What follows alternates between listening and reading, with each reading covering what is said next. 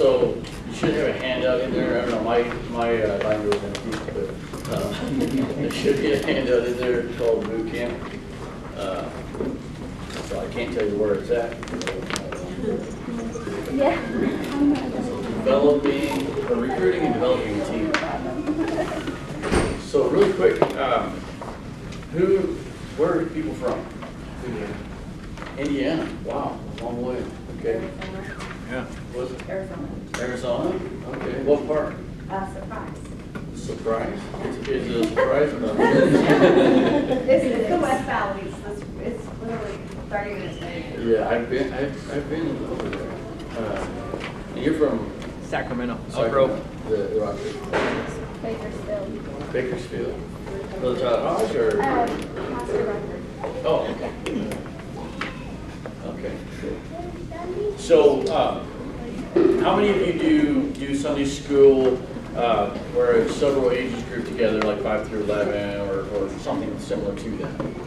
Okay. And then how many do separated classrooms where it's separate ages? Okay. You both? Oh, okay. That's good. Right on. Okay. All right. So this class spawned off of this class spawned out of. I'm part of a group with Brother Booker, Brother Hodge, and there's a few others across the country. And we meet via Zoom, and we try to meet.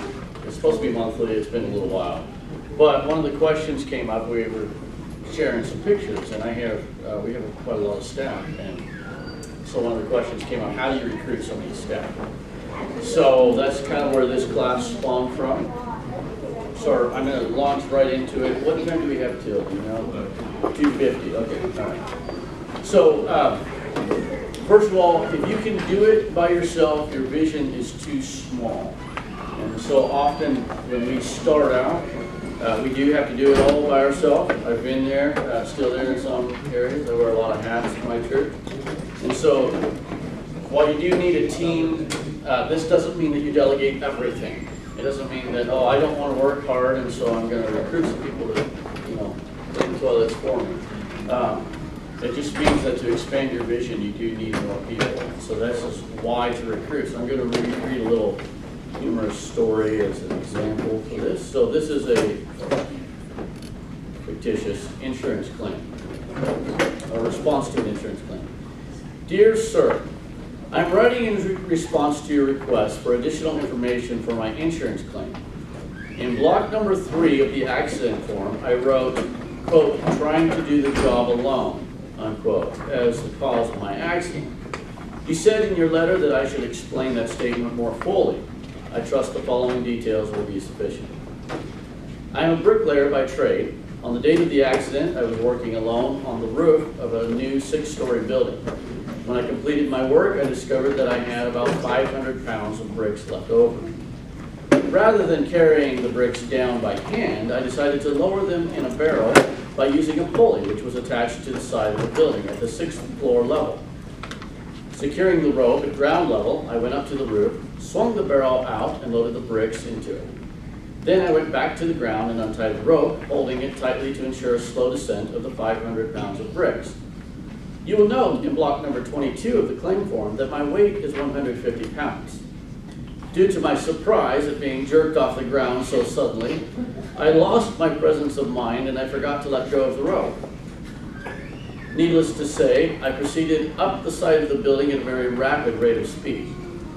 In the vicinity of the 3rd floor, I met the barrel coming down. This explains my fractured skull and collarbone. Slowed only slightly, I continued my rapid ascent, not stopping until the fingers of my right hand were 2 knuckles deep into the pulley. But this time,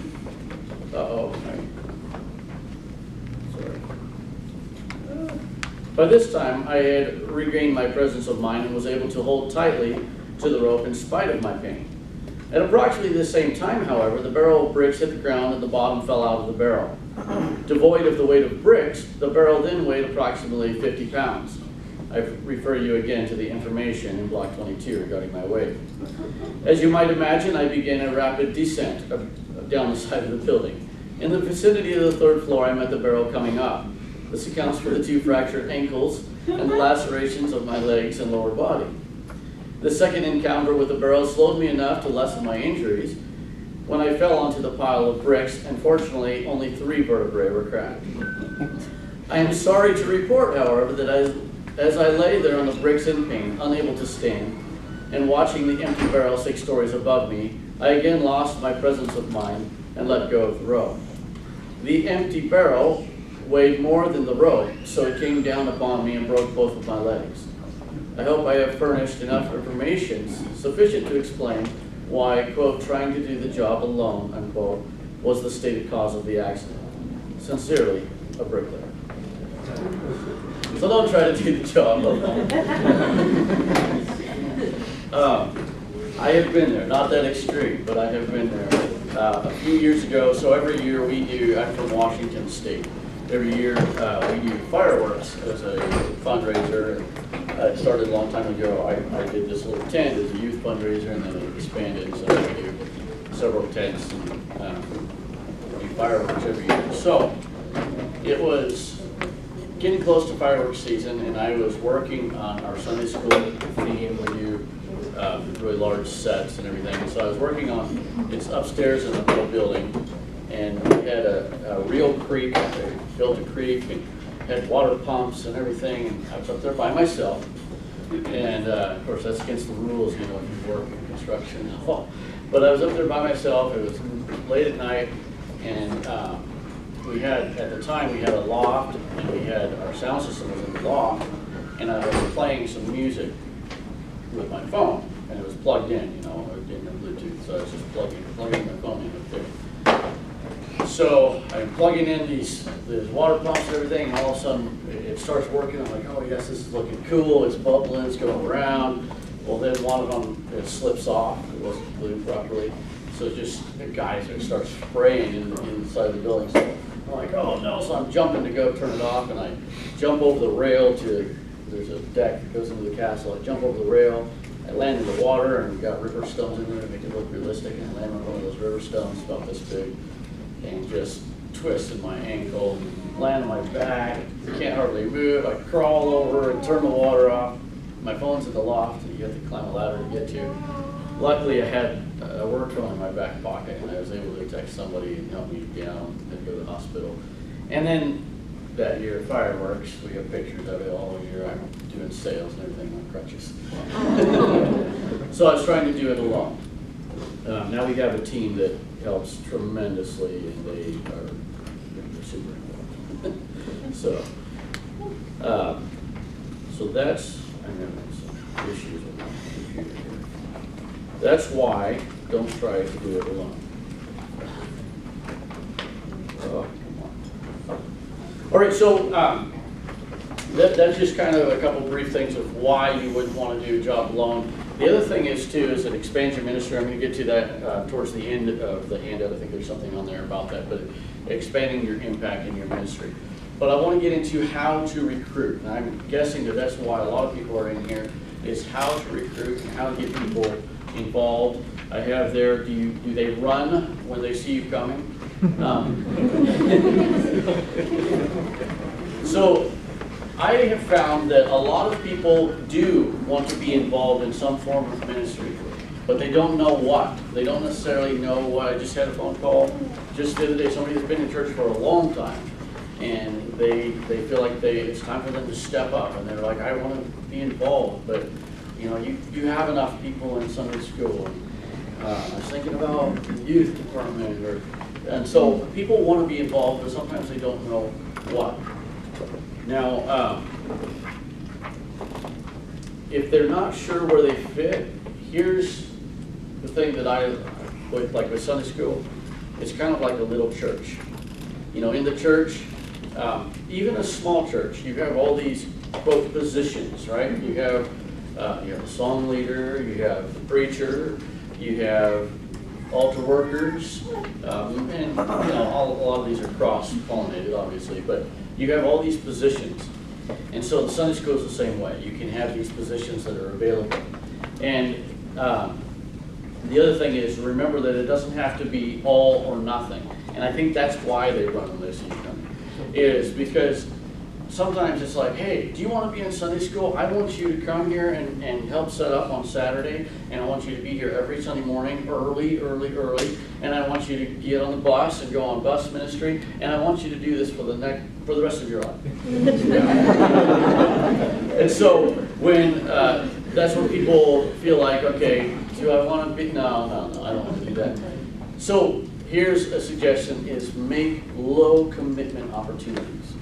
And so this is a way that we've gotten a lot of our staff, or we've, kind of the bait and switch, but have low commitment opportunities.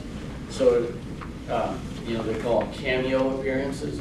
I've had people come in. I remember we had an older guy come in, and he was farmer something or other. For a long time ago, we used to do Kids Power Hour. He was farmer somebody in that, and so he got it, like, my staff now, they're lucky if they get the script in advance, but he got his little part, a month in advance, and he had it and everything. He came in, he had 5 minutes, and the kids loved him. He was great. Well, then he was interested, he had more interest in Sunday school. So, show and tell, shatter their preconceived ideas. So the same thing, we have a youth conference in August, and we do a children's church that coincides with that. And so I had somebody that, if you knew the guy, you would never ever think ever that he would be in Sunday school.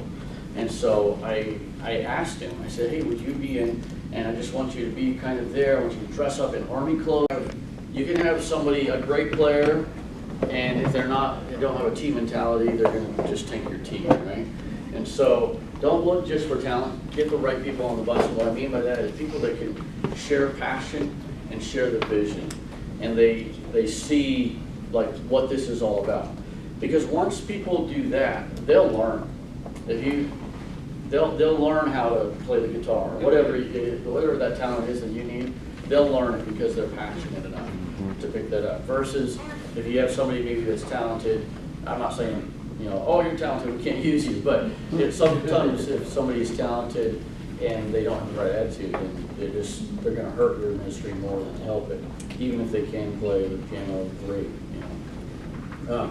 So give people who are passionate about the work of God, even people that are just passionate about Sunday school. They like whatever puppets, they like singing, they like whatever, because that can transfer over, or if they just love kids. Now, here's another thing: is if you're leading the ministry, I feel like you do have to kind of like the people you work with. It helps a lot. And so you do have to kind of like the people you work with. But here's something that, I know it does sound funny, but here's something a rut that I fell into for a long time is they don't have to be like you. And so I work a certain way, 100 miles an hour. And so I work a certain way, and I work certain hours. So I'll be down there till 2 a.m. There's somebody that's in our staff right now that would probably never ever be there at 2 a.m. ever. 8 p.m. I'm like, okay, well, probably gotta go. And used to be, that was like, oh, I'm done with them. But it doesn't have to be that way. Use people for what they can contribute, because the same person is. I'm being kind of vague because I have a couple of people here from our church. But this same person is a great, incredible asset, and I'm really glad that we have them. So don't get into, the other thing is groupthink, right? And so if you have everybody is just like you, well, then maybe your ministry is going to be kind of narrow. You're going to be stuck around. Whereas if you expand and you have people that are not like you, that think differently, sometimes it can be frustrating. I'll give you that, because they think so differently, but often they bring something else to the table that you wouldn't think of. They bring more options. I've had that happen many times, like in brainstorming sessions. Okay, moving on. How staff development works. Okay, there's a saying: when you do big things, you attract big people. I don't mean fact. When you do big things, you attract big people. It's the same thing if you do small things, you attract small people. So if you want to attract people that can be used of God, then do things of God. If there's a friend of mine, he preached here, in fact, with Joey Boggs. And he said, you know what, if there's an area of ministry that God is moving in, get involved in it. If the youth group is on fire, you know, ask your pastor, but go get involved in that. If the Sunday school's on fire, go get involved in that. And so, on the flip side, if our Sunday school is on fire and kids are getting the Holy Ghost, big things are happening, you see scenes and decorations and really cool stuff, and there's energy and motivation, momentum, people are going to want to be a part of it. The little people too, but everybody's going to want to be a part of it. And so that person that you just wish you could snag because they're talented or because they're just so passionate but they're involved somewhere else, you do Sunday school right and you get in God's will, and you have people, you know, kids getting the Holy Ghost, you have kids coming in on the bus, you have big, you know, maybe scenery, all of these things, then those people are going to get interested. It's going to catch their attention. I've had that happen before. Even had a guy that would just, he didn't like kids, I think. He just wasn't into it, but it got his attention, and he didn't become Sunday school staff per se, but he did some behind the scenes stuff in media. And so it caught his attention, like, hey, you know what, we could do this. And that's, sometimes you'll see something like, this particular guy did a lot of video. He was like, hey, we could make a video. We could do this really cool video. So you'll get people from the outskirts that maybe you wouldn't have even thought of doing something, and they'll get into it. Okay, so here's the other thing is people buy into you. They buy into the leader before they buy into the vision. So people buy into who you are before they buy into the vision oftentimes. And so, I don't know, have you ever had like a fundraiser at church and it's like, well, who's doing it? So, I think that we don't have to necessarily be super charismatic. We don't have to be like, I'm not. You don't have to be super charismatic, but you have to be effective in what you do and try to build that reputation, because people buy into you. There's an example there's a young man that he had backslid, came back into church. He had been in church, he had been involved in Sunday school, you know, in the staff. And he backslid, he came back into church, and it had been a while, and I had retired from Sunday school. And then my pastor told me my retirement was over. So I came back into Sunday school. Well, he heard about it. He heard that I was getting back into Sunday school, and he went and asked our pastor, hey, can I get involved in Sunday school? I want to work with Brother Gabe in Sunday school. And I think a big part of that is that we had worked together before. But the other thing is, he talked to me about it, is the Sunday school was going in a certain direction, and he knew that if I stepped in, it was going to change, it was going to do differently. And so, oh man, I'm running out of time. I'm so sorry. Okay, the secret to becoming irreplaceable is to replace yourself. So this kind of ties in with that. But so here's the idea behind that is that when you can do a technical task, like if you can run, say it's a soundboard or something like that, if you can do a technical task that's hard, nobody else can do, you're valuable. That's valuable. It's like, hey, bro, I need you here because you can do this and nobody else can do it. What is more valuable, though, is when you can replace yourself. When it's like, I'm the only guy that knows how to run the sound, but I'm going to teach you how to run the sound. I just became a lot more valuable because now I'm teaching other people how to do that task, and it frees me up. And then I'm going to kind of get ahead of myself, but since we're here, where it really becomes valuable is when he is now teaching somebody else. And so it's exponential. So the way to become irreplaceable is to replace yourself. And so an example right now in our church, we run for our screen, we run a software called Pro Presenter. And we had, for a long time, we had one person that ran it, and then we kind of started training another. So we basically had 2 people that could run that program. So now we have kind of fast-tracked, and we have, I don't know, my head's spinning because I was telling Pastor just the other day, on Sunday mornings, we have new people everywhere. And so we're training people on music, and then the pro presenter, and then our sound. And so we're expanding because we're going to have all these people that can run. And so it makes it way better. Another example is my son is here, and he runs a program called Q-Lab in our Sunday school. Used to be I was the only one that could run it, and then I got people that where they could run it, they could push the button, and it's for music and sound effects. They could push the button, but I had to program. Well, now he's programming. Yes. So, born in the fire. While we do need to equip people, and we need to equip our staff and teach our staff, don't get bogged down in that. Don't over-explain. Throw them into the fire. So equip people and then make adjustments as you go. Throw them into the fire and make adjustments. And so what I mean by that is, you can explain, I'll give you an example. There's an example I read about, I think it was a test or something, but it's a college class on photography. Class 1, their objective was to learn everything about the camera, learn all the technical specifications, learn the rule of thirds and framing, composition, and study lighting, how the lighting could work, the best, all of that, and then go and make the best possible photos that they could. Class 2, go out and take pictures and learn as you go. Who do you think came up with the best photos? Class 2, because they just adjusted as they went. They didn't know how to do it. And there's a saying that I like to use often. You can come on, you want to take over? The saying that I like to use often is, I don't know what I don't know. And so when you're first starting out in something, there's so many questions that you don't even know that you should have. But you start doing it and you're like, oh, I need to learn how to do this. I need to learn how to focus, adjust the focus. So if you just throw people in and then help them as they go and be able to critique them and say, hey, you did really good, but here's, we can redirect it. All right, advanced training, here we go. This is an Army thing, in case you didn't. The goal is more important than the role.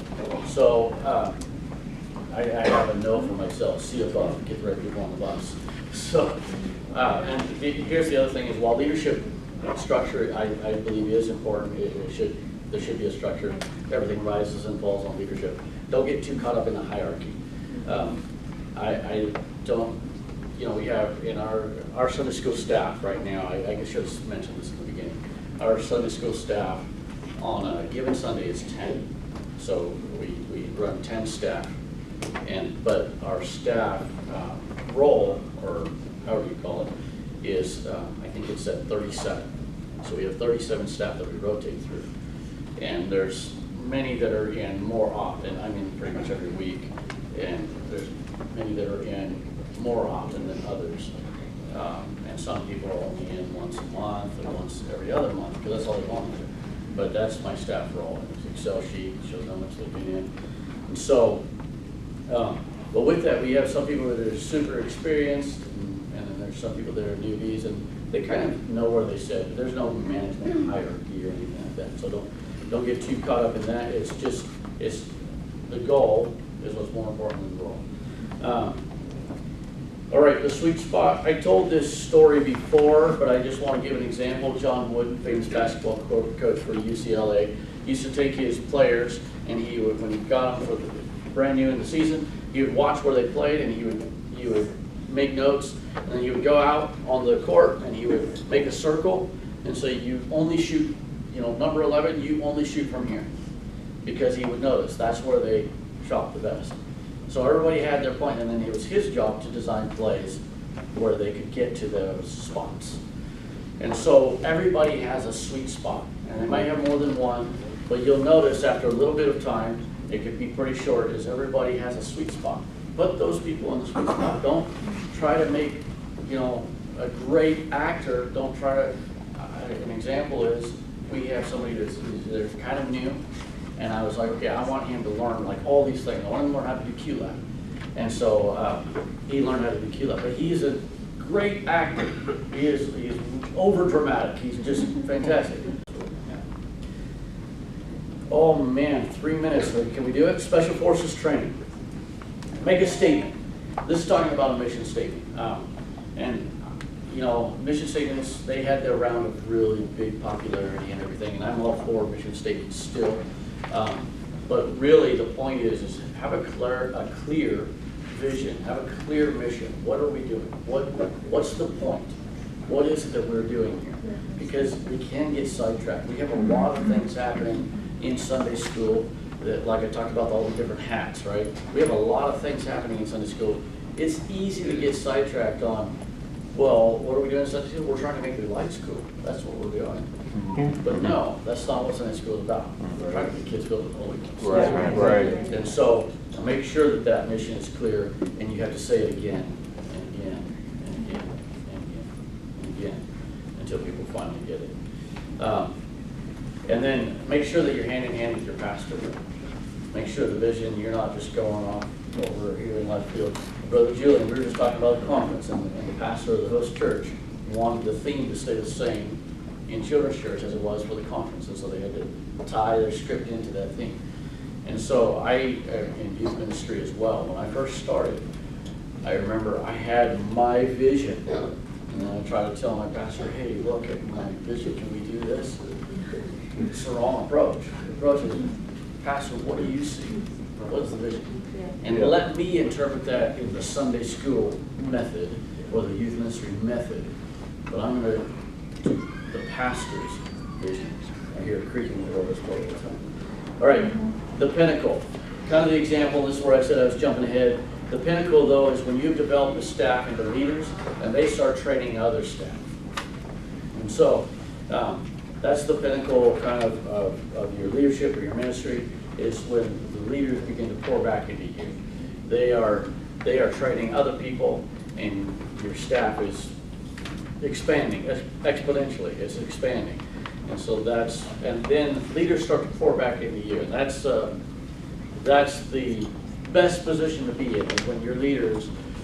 Now you're always going to be giving. You're always going to be helping. That should be your heart as a Sunday school director.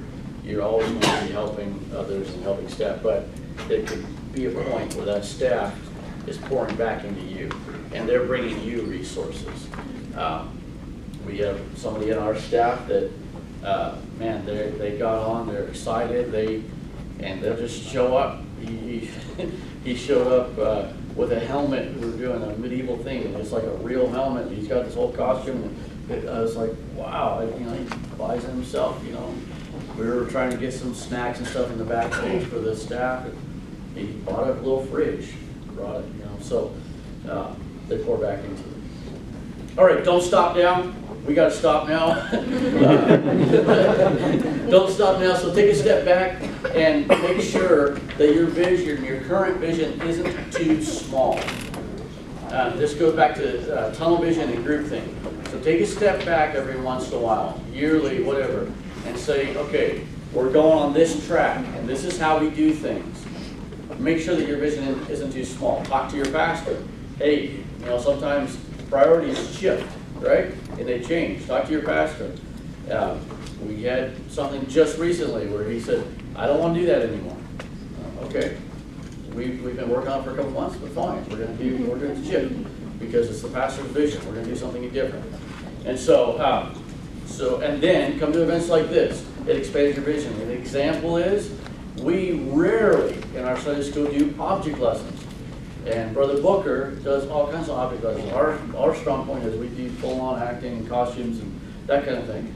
And so that's something that we have started a little bit, but I want to incorporate a lot more, maybe even every Sunday. I want to do object lessons because those are cool.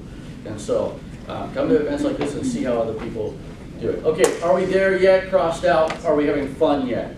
So build team morale. And then another thing with that team morale is create spikes in your momentum. So you can't have momentum forever, right? So the way that you can do that is you can have waves, and you can create spikes in your momentum. And what I mean by spikes in your momentum is you go through seasons, and so you might go through a season. We're kind of going through a season right now with songs. So we've got this little group that we keep. They stay up after Sunday school, and they're learning songs, and then they get to come up front and be the up front, staff.